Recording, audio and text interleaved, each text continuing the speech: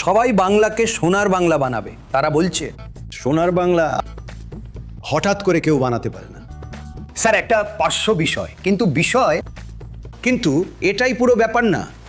যেভাবে প্রচার চলছে আমার মনে হয় এখানকার বাংলার মানুষের ঐক্য সংহতি কমললাল প্রচারের দ্বারা ভেঙে চুরমার হয়ে যাবে। আপনার কি মনে হয় এই নির্বাচনের সবচেয়ে বড় বিষয় কি? এই নির্বাচন আর নির্বাচনী প্রচার শহরের এবং এমনকি গ্রামাঞ্চলেরও অনেক মানুষকে অশান্ত করেছে, কারণ সবাই সত্যি বানানোর জন্য অসত্য বলছে, যেটা চলছেই। সবাই বাংলাকে সোনার বাংলা বানাবে তারা বলছে। সোনার বাংলা হঠাৎ কেউ বানাতে পারে না।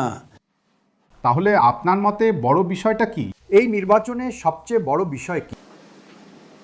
যেভাবে প্রচার চলছে আমার মনে হয় এখানকার বাংলার মানুষের ঐক্য সংহতি কমললাল প্রচারের দ্বারা ভেঙে চুরমার হয়ে যাবে। এসআইআর কি একটা বড় ইস্যু? এসআইআর একটা সাইড ইস্যু, কিন্তু এটাই পুরো ব্যাপারটা নয়।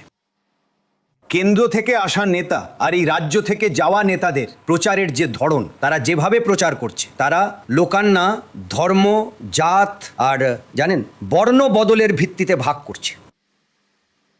যেরকম স্লোগান দিচ্ছে তাতে আমাদের মনে হচ্ছে নির্বাচনের পর কোনো দাঙ্গার পরিস্থিতি তৈরি না হয়ে যায়। এই নির্বাচনে আপনি বামপন্থীদের ভবিষ্যৎ কিভাবে দেখছেন? আমার সত্যি মনে হয় যে বামপন্থীরা শূন্যে থাকবে না। কিন্তু আপনি কি কংগ্রেস পার্টির কারণে হতাশ বোধ করছেন? সেটা আমি এখন বলতে পারবো না, কারণ কংগ্রেস পার্টিও ভালো সংখ্যক আসনে, প্রায় সব আসনেই প্রতিদ্বন্দ্বিতা করছে। সুতরাং আপনাকে দেখতে হবে, শুধু এটা বলার জন্য আপনাকে 4 টার্মের ফলাফল দেখতে হবে।